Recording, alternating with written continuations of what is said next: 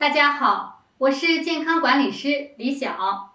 今天是农历的正月15，也是元宵节，是农历新年之后的第一个月圆之夜，它象征着春天的到来。那传统的在这一天，我们会吃元宵、赏花灯、猜灯谜。这里呢，也祝愿大家元宵节与自己的家人一起共度良辰美景，生活幸福。那么很多人的手腕、手指，尤其是在指根的位置会疼痛、红肿，甚至呢会鼓起一个小包啊，那手伸出来是又酸又痛，什么事情都做不了，很担心自己是不是骨头出了问题。其实呢，问题不在骨头上，而是在腱鞘上，这就是我们常说的腱鞘炎。腱鞘呢是套在肌腱外面的一个滑膜管，里面呢包含着腱鞘滑液，能够保护和润滑我们的肌腱。但是呢，如果长期的过于劳累、姿势不当，造成了过度的摩擦，引起了损伤，就会发生一些肿胀、疼痛的问题，也就是我们所说的腱鞘炎。腱鞘炎的产生呢，不分年龄，中老年人因为长期的劳动经常会发生。我们经常见到很多的老人双手是红肿的，屈伸不利。那也有一些小朋友经常因为过度的玩手机、玩电脑也会发生。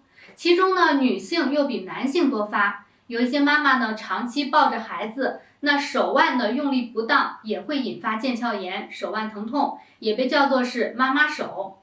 那今天呢，跟大家分享2个穴位和一种皮筋训练法，能够非常好的预防和缓解腱鞘炎的疼痛。下面呢，我们一起来学习一下。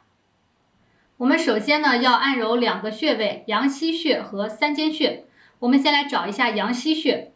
当我们把拇指向上翘起的时候，会发现呢，在拇指的下方跟手腕这里交界的地方，有2个比较明显的肌腱，一条比较长，一条比较短。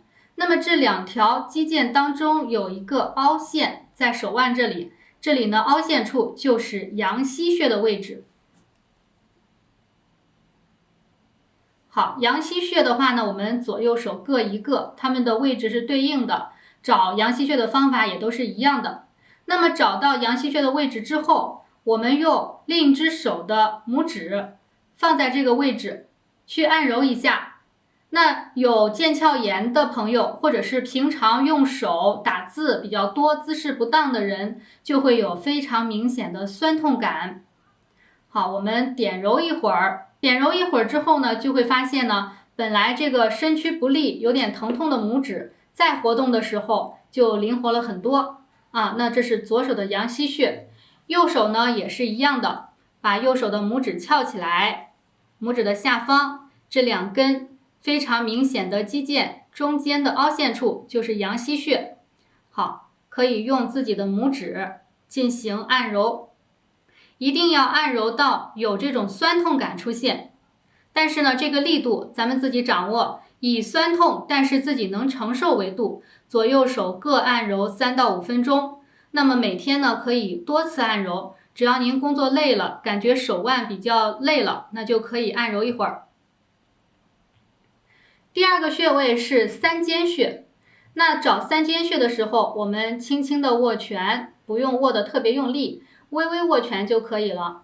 然后沿着我们的食指的桡侧啊，也就是食指靠近大拇指的这一侧，沿着食指桡侧的赤白肉交际线推到第2掌指关节后缘，也就是我们这个比较明显的关节的后缘下方，这里呢有一个凹陷处，就是我们要找的三间穴的位置。好，左右手也是位置是对应的，找法也是一样的。找到三间穴的位置之后，跟我们刚刚的阳溪穴的方法是一样的，可以用拇指进行点揉，也可以呢微微的去弹拨，横向的左右去弹拨它，那么都能够起到预防腱鞘炎的作用。好，右手也是一样，右手微微握拳，找到三间穴，找到之后进行轻轻的点揉，也是会有酸胀感出现。左右手各3到5分钟。按揉了2个穴位之后，我们再来做一组手指的抗阻训练。需要准备的呢就是一个橡皮筋，那么是平时我们所用的这个扎头发的橡皮筋都可以。找到一根橡皮筋之后，用橡皮筋套住5根手指，5根手指打开，停留数秒钟，做一个抗阻训练。也就是说呢，我们的手指力度是向外的，那这个皮筋呢是向内收的，从而呢形成一个抗阻的力量。打开之后停留3到5秒钟，收回再打开，用力去撑住，再收回。那么这根橡皮筋呢，大家根据自己的情况去选择。像男士的话，手比较大，可以选择稍微的大一点的橡皮筋。那么女性朋友呢，可以选择一个紧一点的小一点的橡皮筋。好，连续做30个。左手做完之后，我们再来换右手。橡皮筋套住5个手指做这个张开，停留3到5秒钟，收回。5个手指呢，尽量的都去用到力。连续做30次，每天坚持做。我们可以先按揉2个穴位，之后再用橡皮筋做这个康复的训练。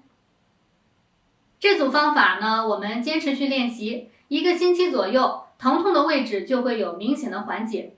但是呢，腱鞘炎是可能会复发的，我们平时还要注意手指和手腕的正确的姿势，而且呢，不要过度劳累。平时呢，长期需要用电脑工作的人，在工作之后都可以去做一做我们今天所学习的2种方法，可以起到预防的作用。另外呢，在洗衣服的时候，最好要使用温水，以免受寒加剧疼痛。那今天这一组缓解腱鞘炎的方法就跟大家分享到这里。我是健康管理师李晓，如果您还有什么想了解的问题呢，也可以在视频的下方再留言给我，我会在后续的视频当中继续为大家解答。谢谢大家。